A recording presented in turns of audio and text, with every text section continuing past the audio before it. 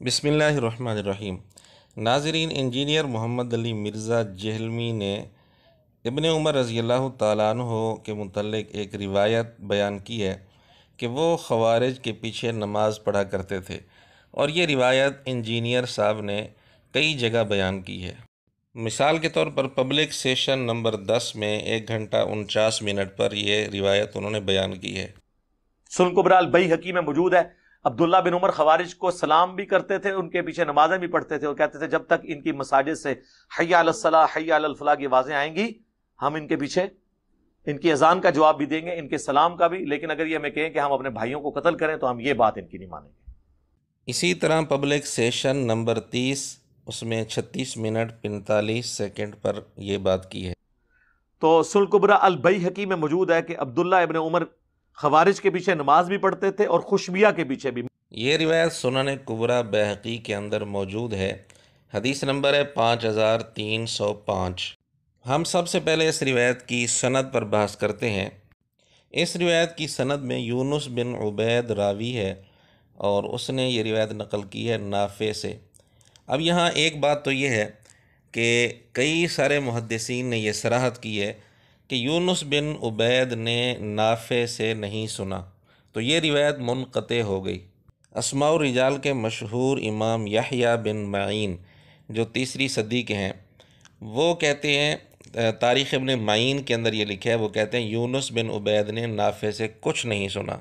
इसी तरह एक किताब है अल इलल व मारिफ़तिर रिजाल, उसमें यहया बिन माइन का यही कौल लिखा है। उनसे पूछा गया यूनुस बिन उबैद ने नाफ़े से सुना, तो उन्होंने जवाब दिया कि वो बरह रास्त नाफ़े से हदीसें नकल नहीं करता, बल्कि नाफ़े के बेटे के वास्ते से हदीसें नकल करता है। और इसी तरह इसी किताब में 274 नंबर पर इमाम अहमद बिन हम्बल रहमतुल्लाह अलैह का कौल लिखा है कि यूनुस बिन उबैद ने नाफ़े से नहीं सुना। इसी तरह एक किताब है अल मरासील इब्न अबी हातिम राज़ी की, उसमें इब्न अबी हातिम अपने वालिद अबू हातिम राज़ी का कौल नकल करते हैं 931 नंबर पर, कि वो कहते हैं नाफ़े से यूनुस बिन उबैद ने कुछ नहीं सुना। 3 मुहद्दिसीन के हवाले आपके सामने आ गए और तीनों अस्मा और रिजाल के अंदर इमामत का दर्जा रखते हैं। इमाम अहमद बिन हम्बल रहमतुल्लाह अलैह, यहया बिन माइन रहमतुल्लाह अलैह, अबू हातिम रहमतुल्लाह अलैह, तीनों कहते हैं यूनुस बिन उबैद ने नाफ़े से सुना ही नहीं। इसी तरह इमाम बुखारी रहमतुल्लाह अलैह भी यही कहते हैं। इसका तज़किरा तो ख़ुद इंजीनियर साहब ने भी किया है। उनकी गुफ्तगू इस हवाले से आप सुन लें। जब उनसे सवाल किया गया कि इस रिवायत पर यह एतराज़ है कि यूनुस बिन उबैद ने नाफ़े से सिरे से सुना ही नहीं, और इमाम बुखारी रहमतुल्लाह अलैह ये कहते हैं, तो इस पर इंजीनियर साहब ने क्या जवाब दिया वो ज़रा आप सुन लें। जी अली भाई, अगला सवाल है कि आपने इब्ने उमर का कौल जो आपने बयान किया कि वो ख्वारिज के पीछे नमाज को जायज़ समझते थे, ये रवायत मुनक़ते है। इमाम बुखारी का भी यही कहना है और नाफे की मुलाकात ही साबित नहीं। उसकी रवायत बिल्कुल ठीक है जी। शेख ज़ुबैर लिज़ई साहब ने उसके ऊपर तहकीम लगाई भी है, और सिर्फ उसकी रवायत सुन कुबरा अल बैहकी में मौजूद नहीं है, तबक़ात इब्न साद के अंदर भी मौजूद है। इमाम बुखारी अगर किसी रवायत के ऊपर कोई जिरा करे, वैसे तो मेरे इल्म में नहीं है, इसका ये मतलब नहीं होता कि वो हदीस ज़ईफ़ हो गई है। जमहूर मुहद्दिसीन का मौक़िफ़ देखना चाहिए। जी नाज़रीन, इंजीनियर ने ये गुफ्तगू की है लाइव क्वेश्चन नंबर 17 में शाहिद बिलाल चैनल पर। अब इंजीनियर ने यहाँ एक बात तो ये की है कि शेख ज़ुबैर लिज़ई साहब ने इसकी तहकीम की है। तो सवाल ये है कि क्या तहकीम की है और कहाँ तहकीम की है, कोई हवाला इंजीनियर साहब ने नहीं दिया। क्या वाकई इस रिवायत को ज़ुबैर लिज़ई साहब ने सनदन सही कहा है? अगर इस रिवायत को सही कहा है तो इसका हवाला इंजीनियर साहब और उनके स्टूडेंट्स के ज़िम्मे है और टाइम क़यामत तक है, क्योंकि हम ज़ुबैर लिज़ई साहब के उसूल से साबित करेंगे कि उनके उसूल के मुताबिक ये रिवायत ज़ईफ़ बनती है और इंजीनियर साहब के उसूल के मुताबिक भी ये रिवायत ज़ईफ़ बनती है। इसलिए ज़ुबैर लिज़ई साहब का ये हवाला दें कि उन्होंने कहाँ तहकीम की है और क्या तहकीम की है। कहीं ऐसा तो नहीं कि उन्होंने इस रिवायत को ज़ईफ़ कहा हो, क्योंकि आपने तहकीम का लफ्ज़ बोला है ना। बहरहाल अगर इस रिवायत को ज़ुबैर लिज़ई साहब ने सही कहा है तो इसका हवाला देना इंजीनियर साहब और उनके स्टूडेंट्स पर कर्ज़ है। दूसरी बात इंजीनियर साहब ने की कि जमहूर मुहद्दिसीन को देखना चाहिए। तो हमने 3 हवाले पेश किए हैं, अबू हातिम राजी, यहया बिन माइन, अहमद बिन हम्बल रहमतुल्लाह अलैहिम। वो तीनों कह रहे हैं कि यूनुस बिन उबैद ने नाफे से नहीं सुना। आप इन 3 के मुकाबले में 4 मुहद्दिसीन का कम अज़ कम मौक़िफ़ पेश करें, उन्होंने कहा हो कि यूनुस बिन उबैद ने नाफे से सुना है, फिर आपकी बात सही होगी। अच्छा, इस बहस से भी हट कर यूनुस बिन उबैद ने नाफे से मुलाकात की हो या ना की हो, इससे भी कता नज़र एक और उसूल की बुनियाद पर भी ये रिवायत पक्की ज़ईफ़ करार पाती है, ख़ुद इंजीनियर साहब के उसूल के मुताबिक। क्योंकि इंजीनियर साहब का उसूल है कि मुदल्लिस की अन वाली रिवायत पक्की ज़ईफ़ होती है। मसला नंबर 70A, उसमें तकरीबन 1 घंटा 20 मिनट पर उन्होंने ये उसूल बयान किया है। और मुदल्लिस की अन वाली रिवायत ज़ईफ़ होती है। सही मुस्लिम के मुकदमे में ये पेट्रोल लिखा हुआ है, जब तक समा की तस्रीह मौजूद ना हो। तो अब पूरी दुनिया के लोगों को चाहिए कि वो समा की तस्रीह तलाश करें ताकि ये मसला हल हो, लेकिन कोई नहीं मौजूद।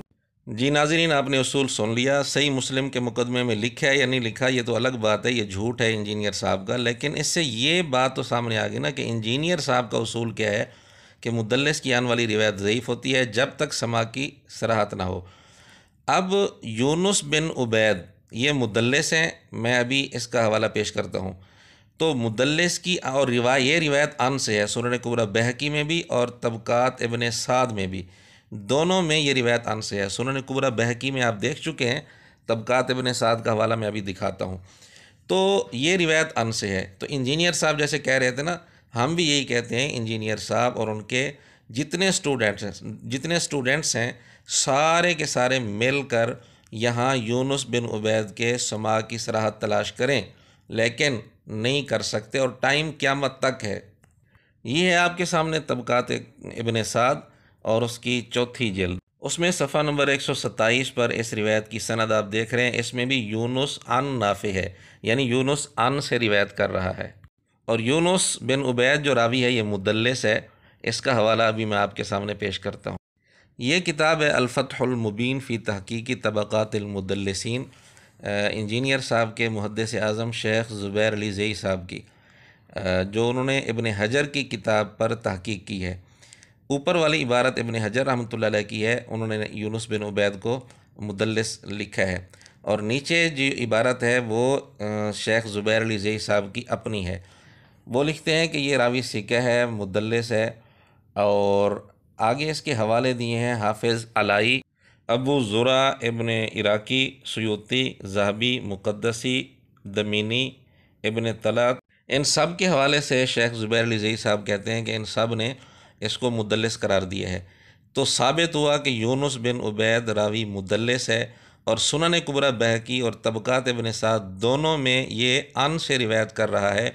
समा की सराहत कहीं नहीं मिलती।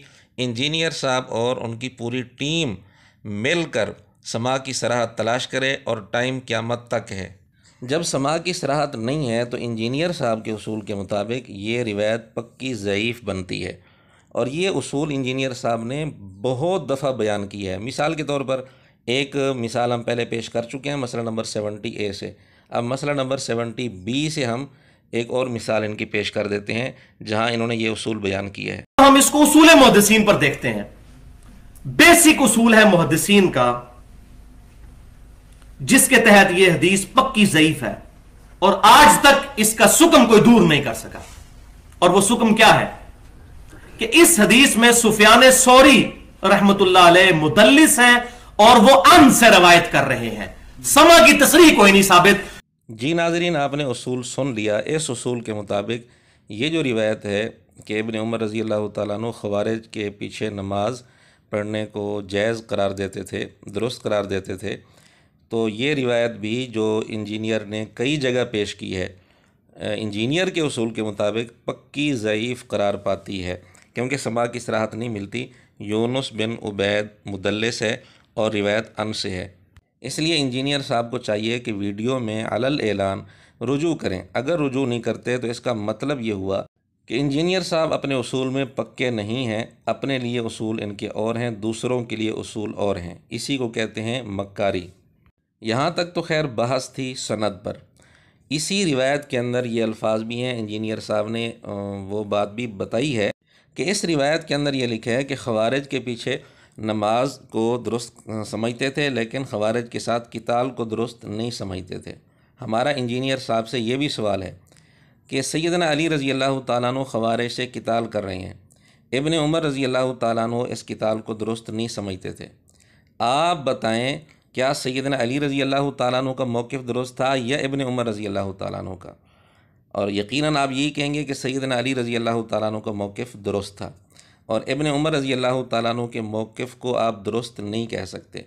अब अजीब बात है कि इसी रिवायत के आधे हिस्से को इब्ने उमर रज़ी अल्लाह तआला अन्हु का जो मौक़िफ़ है वो आपको गलत नज़र आ रहा है, और इसी रिवायत का दूसरा जो आधा हिस्सा है उनके पीछे नमाज़ पढ़ने वाला, उसको आप दलील के तौर पर पेश कर रहे हैं। अजीब बात नहीं?